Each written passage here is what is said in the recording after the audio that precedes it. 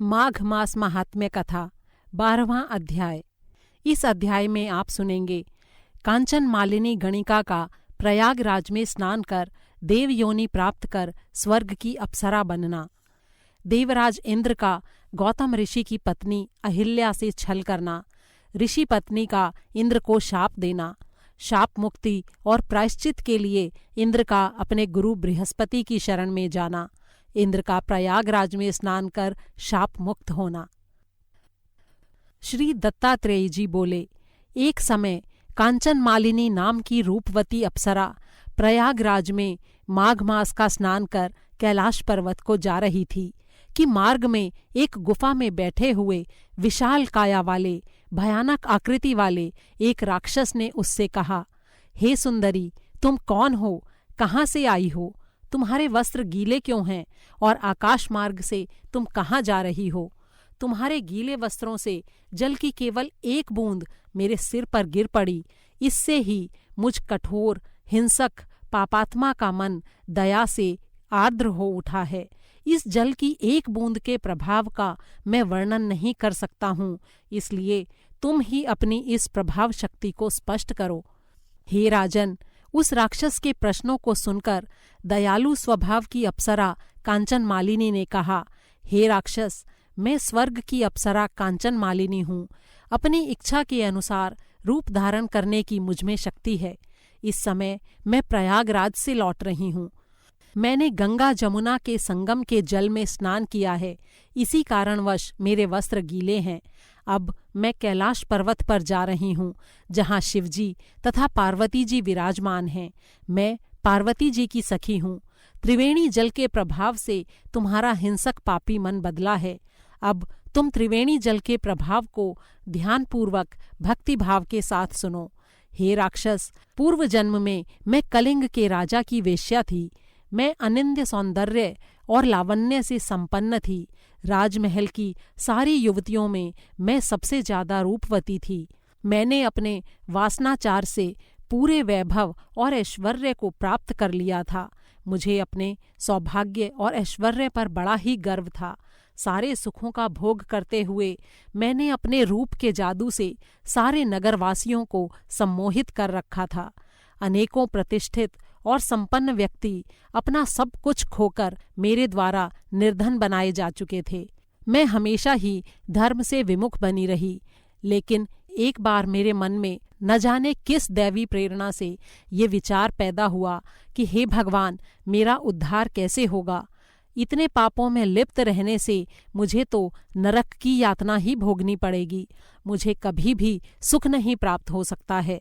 इस प्रकार विचार करते हुए मैं बहुत ही भयभीत हो गई और मूर्छित होकर भूमि पर गिर पड़ी।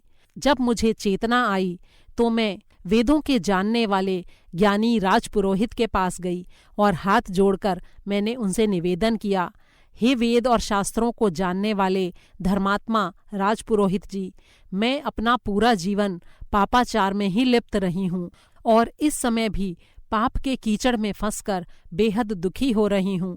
हे विप्रवर, कृपया मुझे कोई ऐसा रास्ता बताइए जिससे मेरा उद्धार हो जाए।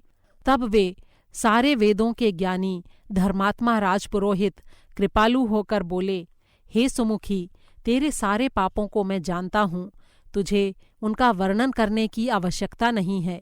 तेरा संपूर्ण जीवन घोर पापों से भरा रहा है। तेरे उद्धार की और मुक्ति की मुझे कोई संभावना नहीं दिख पड़ती, लेकिन तुम्हारे पश्चाताप को देखकर मैं एक युक्ति बताता हूँ। तुम शीघ्र अतिशीघ्र प्रयागराज जाओ और त्रिवेणी के जल में स्नान करो, इससे तुम्हारा उद्धार होगा। इसके अतिरिक्त और कोई साधन नहीं है। ध्यानपूर्वक सुनो।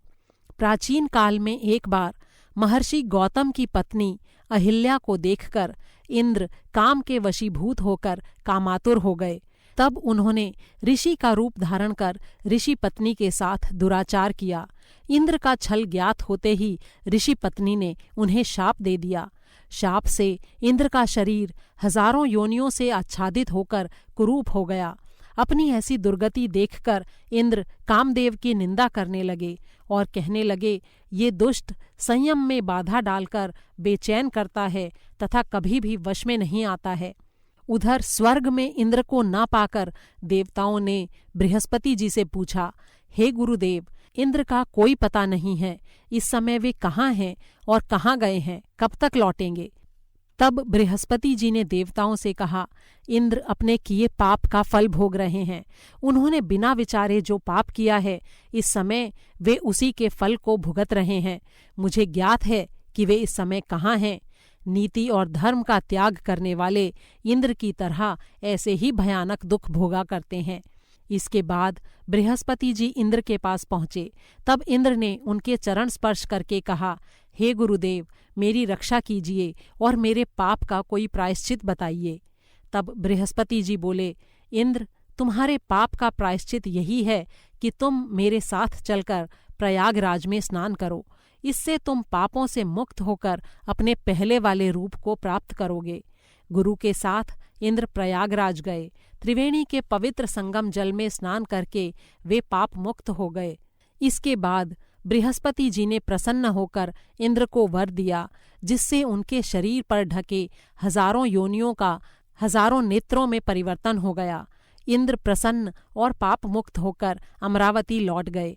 इसलिए हे कल्याणी, तुम भी अपना सारा धन गरीबों और हीनों में बांटकर प्रयागराज जाकर स्नान करो और भगवान विष्णु की आराधना करो। तुम्हारा कल्याण होगा और तुम्हें सद्गति प्राप्त होगी।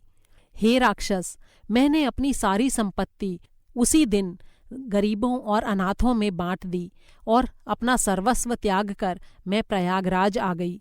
संगम के जल में मात्र 3 दिन स्नान करने से मेरे सारे पाप नष्ट हो गए। शेष 27 दिनों के स्नान के पुण्य के फलस्वरूप मुझे देवयोनि की प्राप्ति हुई। अब मैं देवी भगवती पार्वती की सखी बन कैलाश पर्वत पर क्रीड़ा करती हुई रहती हूँ। प्रयाग स्नान के फल से मुझे अपने पिछले जीवन का वृत्तांत भी याद है। इसलिए प्रयागराज के पवित्र स्नान के महात्म्य को स्मरण कर मैं प्रतिवर्ष माघ के महीने में स्नान करने वहां जाती हूँ। इति श्री माघ मास महात्म्ये भाषा टीकायां 12वां अध्यायः संपूर्णम्। 12वां अध्याय समाप्त हुआ।